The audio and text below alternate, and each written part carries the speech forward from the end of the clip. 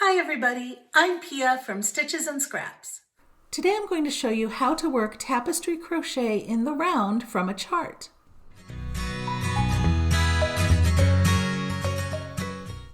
We're working from this chart, which is from the Tapestry Crochet project bag that was the second bag in the 2022 Bag Along Cal.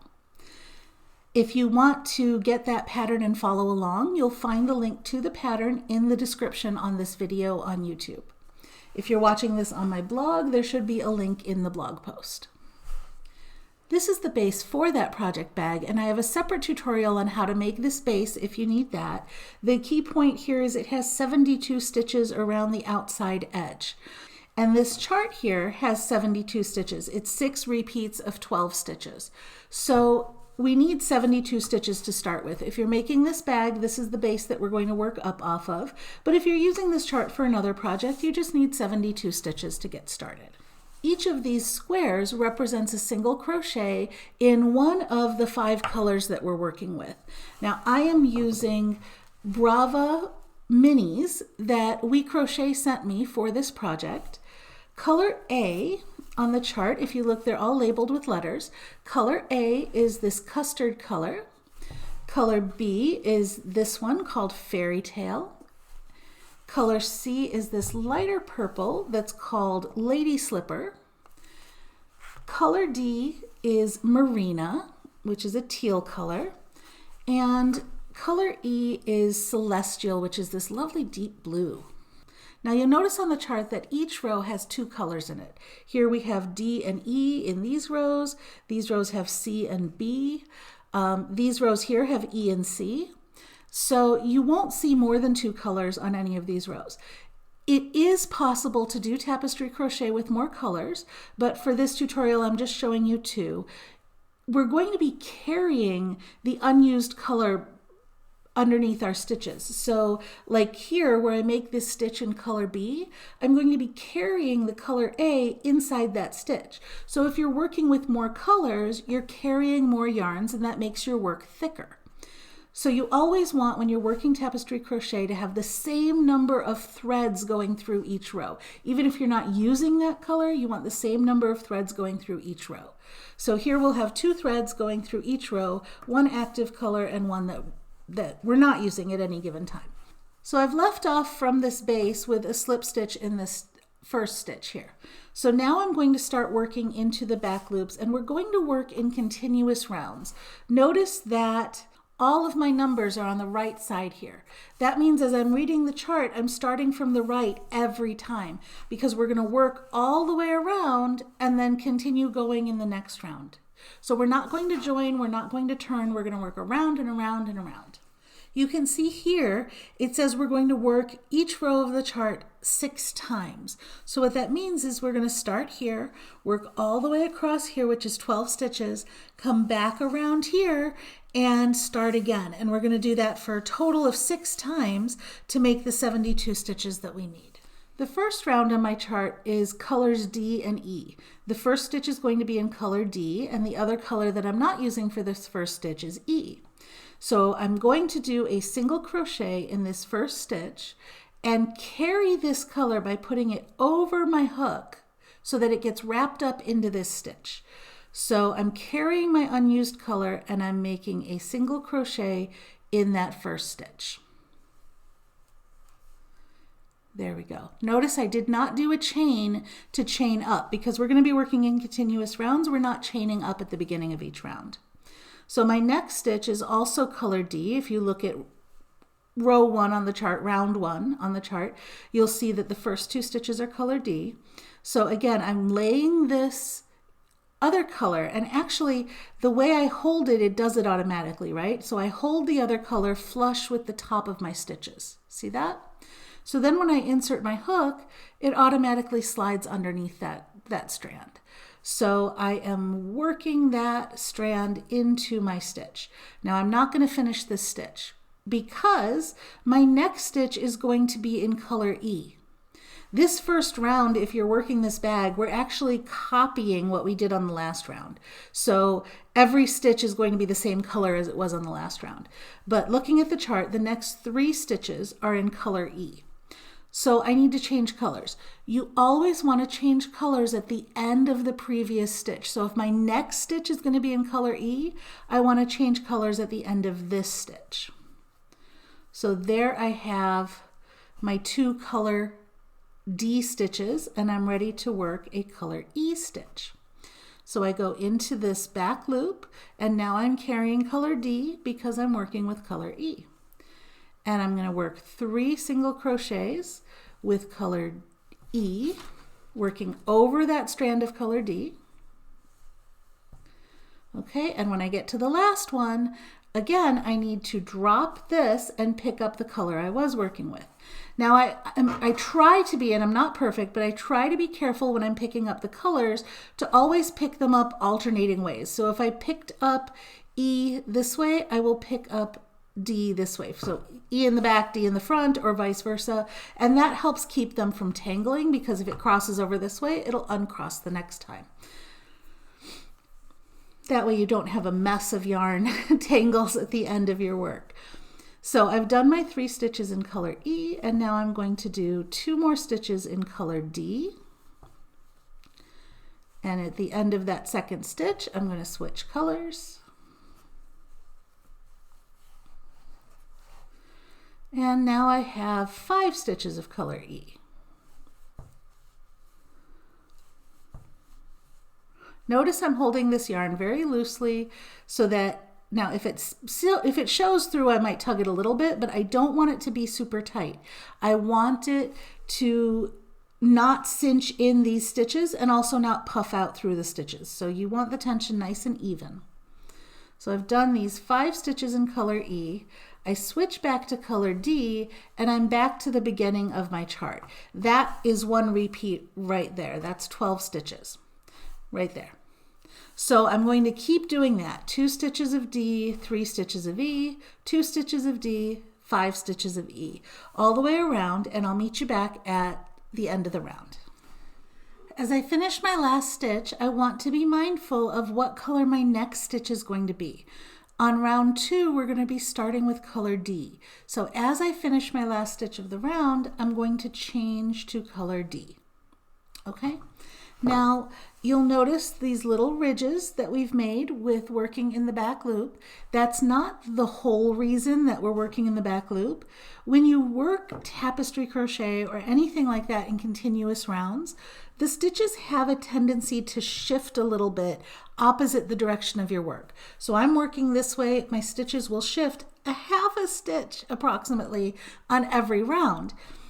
Working in the back loop helps the stitch to sit a little more centered over the post of the previous stitch instead of where it normally would sit, which is directly between these 2 stitches. So it just shifts it just slightly so that it's more over the post and you don't get quite that same jog in your stitches.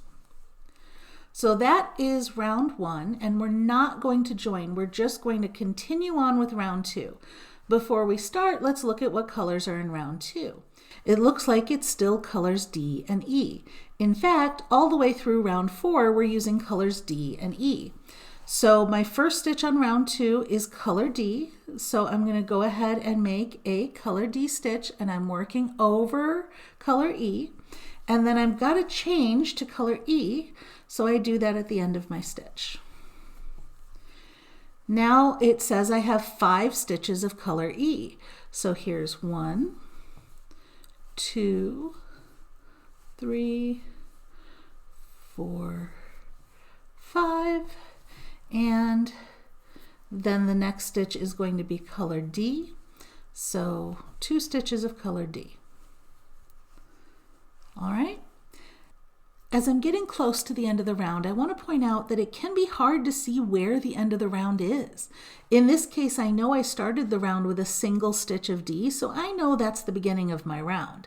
But you won't always be able to tell that easily, right? So there's 2 things you can do. You can place a stitch marker in the round meaning one of these types of stitch markers, okay, in the first stitch of every round. So I know that's blue stitch is the first stitch, so I could place my stitch marker there. Or what I prefer to do is use what's called a running stitch marker. To do a running stitch marker, you simply place the yarn over your work like this before that stitch. Now when I get to that stitch, actually let me finish this row and then I'll show you. So I've got 2 of the dark blue. I need to do 3, so that was 3, and then I need to change to the teal color and do 1 more stitch in the teal color, and now I'm right back to my first stitch, right? And my first stitch is going to be the dark blue, so I'm going to change colors here so that I'm starting with the right color. Okay, so that's the end of my round. So now what I would do is I would place this stitch marker, this running stitch marker, and it can be any scrap of yarn that is different in color from the yarn that you're using. I place this running stitch marker in front of that stitch, just place it right over the edge. And now when I work the next stitch, that running stitch marker is caught there, right? When I come back to work the next round, I pull it forward, so then it gets caught in that first stitch again. So if I had been using this running stitch marker all along, it would look like this. This is where my first stitch was on round 1, so that's where I would have put it in. And then when I got here, I would have flipped it forward, so it would come through like this. And now when I get to the end of the round, before I make my first stitch in the next round, I just flip it back again and make my next stitch. Oop, forgot to work over the, always work over your other color. Make my next stitch. Okay, so, and then that stitch marker, you remove it later, but that always shows you where the first stitch of your round is so you don't lose track of it. So I'm going to finish all the way through round 4 and then come back and show you round 5. I've reached the end of row 4 and I'm ready to start row 5. The first thing I'm going to look at is what is the color of the first stitch of row 5, and it's color E, which is the color I'm using, so I can go ahead and finish my last stitch with color E. Okay, so then row 4 is done. Now in row 5, instead of using colors E and D, we're using colors E and C. So we're going to be getting rid of color D. You can fasten it off and then weave in, like just cut it and then leave a tail to weave in later. Or you can carry it up in the last stitch of each row, which is what I think I'm going to do just so that I can show you how to do that. We're not going to need it again until row 21. So cutting it is a great option too, but I do want to show you how to carry it, so I'm going to carry it. What we do need is color C, right? Because we're adding color C. Even though it's not in the first stitch, I want to lay it across the top with a tail at the back to weave in later, okay? But lay it across the top so that it gets carried through the first couple of stitches, just so that we have a uniform texture, because we don't want these couple of stitches not having any yarn carried through them. They'll be smaller if we do that. So I've crossed my, there's a lot of things to think about, right? At the beginning of this round, I've crossed my stitch marker over. I've picked up the new color I'm going to be working with. I've got the color of the first stitch on my hook, so I'm going to go ahead and make my first stitch. Go under that tail so that it gets locked in there and make my first stitch. Now I have one more stitch of E to make before I switch to C. So there is my next stitch of color E, and then I pick up C. And we continue following the pattern. There's 3 stitches of C and then a bunch of stitches of E. Let's see, 1, 2, 3, 4, 5, 6, 7 stitches of E, and then it wraps around. So there's 9 stitches of E, and then it goes to color C again. So as I get to the end of this round, I have just 7 stitches of blue, right? Because the next repeat starts with 2 stitches of blue. So I've come to the end of the round, and in this last stitch, I want to carry both of these yarns so that it carries this teal color up 1 row. That's the only thing you have to do to carry it up. It will show a little bit on the back, but since this is inside a bag, I don't mind so much. So I finish this last stitch, I take a moment to pause. What is the first stitch of my next round? It is color E, so I'm going to finish this stitch with color E. Now, for the next round, I drop this one, right, because I'm only carrying it up at the beginning of the rounds. I move my stitch marker over. And you can see how that's traveling up the beginning of each round. And then I grab my 2 yarns and I get started with the next round. So I'm going to work through round 6 and come back to you on round 7. I've got one more stitch in this round, so it's time for the usual housekeeping. I am going to carry this other color. Remember, I was carrying color D. I'm carrying it up at the end of each round.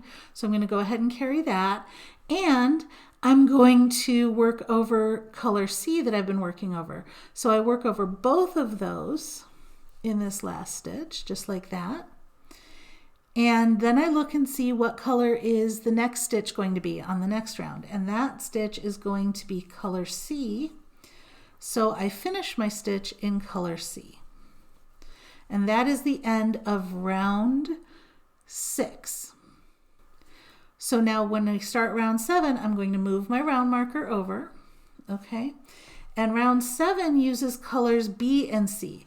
So now I don't need E anymore. That's another color that I can drop and just carry up from one round to the next. You can see what carrying it looks like on the wrong side. It makes that little line. I'm okay with that. I'm okay with carrying both colors up. I won't need color E until round 19.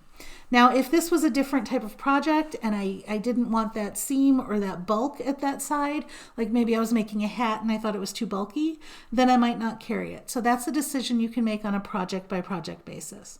But I am going to start now with C and B for round 7. So I bring up my color B, leave a nice generous tail because you're going to end up pulling some of that.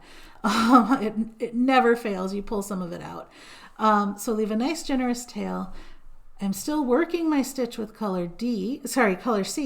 So I'm going to leave this over the edge and start my stitch as normal. Okay. And my these 3 stitches are going to be color C. So there's 1, 2, and 3. And then I switch to color B. So all of that housekeeping happens in the last stitch and the first stitch of the round. And then after that, it's smooth sailing through the chart. Here at the last stitch of the round, I'm now carrying up both the teal and blue colors, so that's D and E, plus I'm carrying along this color B that I've been working with. So now I have 3 yarns to carry up in this last stitch.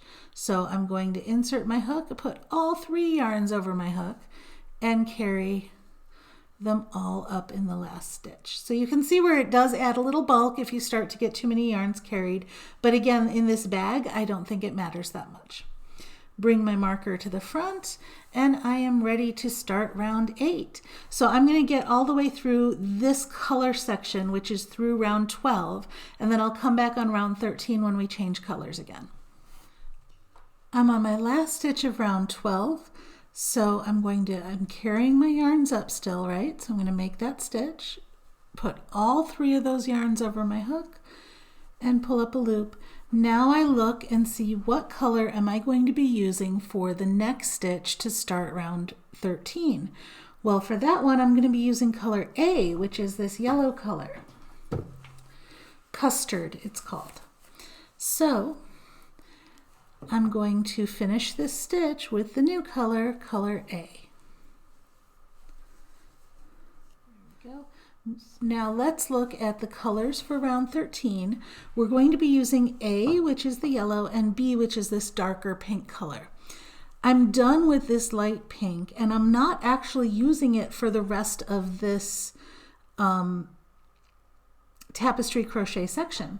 So I'm going to go ahead and cut this and not carry it up because I'm not going to need it again, so there's no reason to carry it up. So I'm going to cut that and let that drop at the back. I'll weave that in later. I am going to continue to carry up the teal and the blue because I'll need those on the top. But for now, I am dealing only with the yellow and the burgundy. So colors A and B for this section. So all those other strands can go hide out at the back because I don't need them right now. We're going to move our stitch marker across the row, and then we're going to start round 13. So 2 single crochets with A, change to color B, 3 single crochets with B, and so on and so forth. And now, once we get away from the beginning of the row, everything else is just following the chart and changing colors. So now I am working with colors A and B, and I'm only carrying up colors D and E. I'm ignoring color C. I'm letting that one drop. And you can see our pattern is starting to form. You get the chevron down here and the little diamond shape starting to form. You will see a little bit of a jog at the beginning of the row or beginning of the rounds, especially where the pattern crosses over. And that's normal. That's just from the fact that we're working in a spiral. You won't notice that very much once the bag is finished. So I'm going to finish this section, which is colors A and B.